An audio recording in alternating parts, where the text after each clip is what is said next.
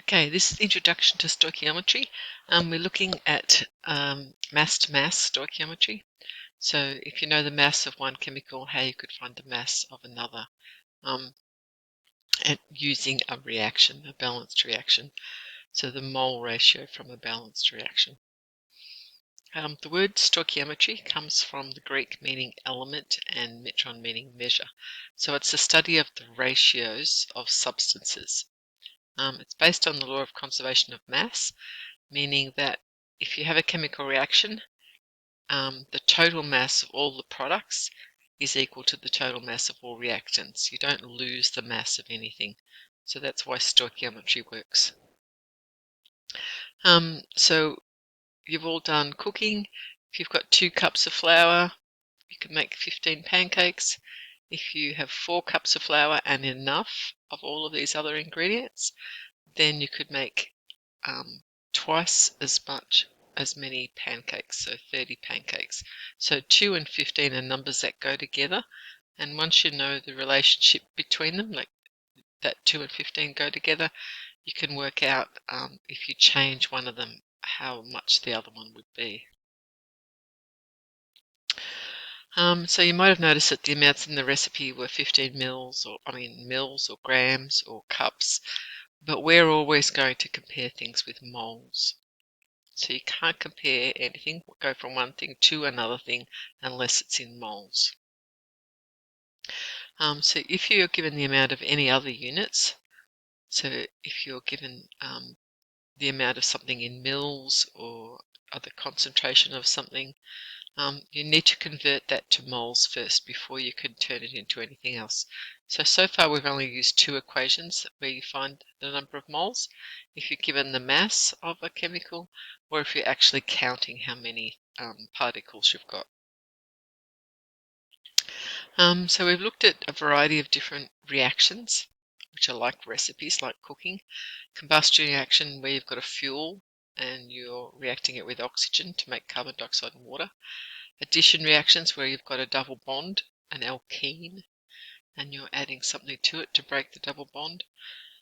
We looked really quickly at polymerization reactions, addition polymerization, where you've got lots of double bonds one after the other, like ethene to make polythene. And you've just looked recently at dissolving, so polar molecules staying intact as liquids, and then you put them into water and they become aqueous. Dissociation, where you've got salts and they are together in the solid, the ions, cations and anions, and then they dissociate when they get into water, so they're not together anymore, they're individually floating around in the water. This ionizing we will do later on when we look at acids and bases. This is when you've got a polar molecule like hydrogen chloride, and the attraction is so strong with the water that it actually breaks up. So it's not covalently bonded anymore, it becomes ions. We've just done precipitation reactions, where you've got 2 salts dissolved in water, and then when you mix them together, sometimes a cation will, when it becomes close to an anion, instead of staying attracted to the water, they become attracted to each other. Okay, so any of these reactions we can use stoichiometry with. So the first one we're going to look at is combustion reaction. So we need the rules. This is a quick look at the rules. You need a balanced equation whenever you're doing this, or a balanced equation, in order to know the number of moles of one chemical, how they go together with the number of moles of something else. So what the mole ratio is, you get from the balanced equation. And then once you know the number of moles of something else, then you can answer whatever the question asks. So you could turn that moles into mass or any other thing. Alright, so the first question we're going to look at really quickly, we'll do a quick overview first. What mass of water is produced when 200 grams of methane is combusted? So you need to be able to write the balanced equation. So you need to know that if you've got methane and you combust it, you're reacting it with oxygen to make carbon dioxide and water. So the relationship, the question is asking about the methane and about the water, relating those 2 things. So you've been given information about the methane, the mass of it. So the first thing that, well, you need to write underneath the equation the information from the question. So the question's asking about the water. So these aren't relevant. So go from the thing that you know the information about. You have to find the number of moles of that. Find the number of moles, and then once you know the number of moles, this means you can read this as meaning 1 molecule of methane will react with 2 molecules of oxygen to give you 1 molecule of carbon dioxide and 2 molecules of water. Or you can look at this 1 as meaning moles. So if it works for 1 molecule, when you scale it up, it will work for 1 group, 1 mole. So 1 group of this will react with 2 groups of oxygen, or 1 mole of this will react with 2 moles of that. So 1 mole of this will eventually make 2 moles of water. So the relationship is a 1 to 2. So if we've got 12.5 moles of this, and we know that 1 mole of this will make 2 moles of that, then we can see that this is going to be just doubled. So we get 25 moles of water. Then the question asks, what's the mass? So these steps, turning something into a number of moles, once you know the number of moles of one thing, you can find out the information about anything. So you could work out how many grams of oxygen you had, or you could work out how many grams of carbon dioxide. So you can go from one thing to any others, any other reactant or any other product. Okay, so we'll do this properly. So write down the example. Step 1.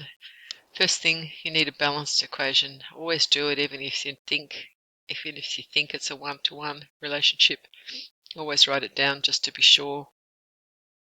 Step 2, write underneath it, underneath the things that the question's saying. So you've got 200 grams of methane. So the mass of your methane, actually write it out, mass of methane is 200 grams. And then the question's asking, what mass of water gas? Make sure you identify the question. What mass of water? What is the mass of water? That's what we're trying to find. Okay, then you calculate the number of mole of the substance that you know something about. So you know the number of the grams of that. So once you know the mass, to turn it into moles, use this equation, mass over molar mass. So the molar mass of methane, carbon has a molar mass of 12. You've got 4 hydrogens. So it's 200 divided by 16 gives you 12.5 mole. And step 2, you have to go from the number of moles of this to the number of moles of water. So we need to set up a ratio. You put what you want on the top.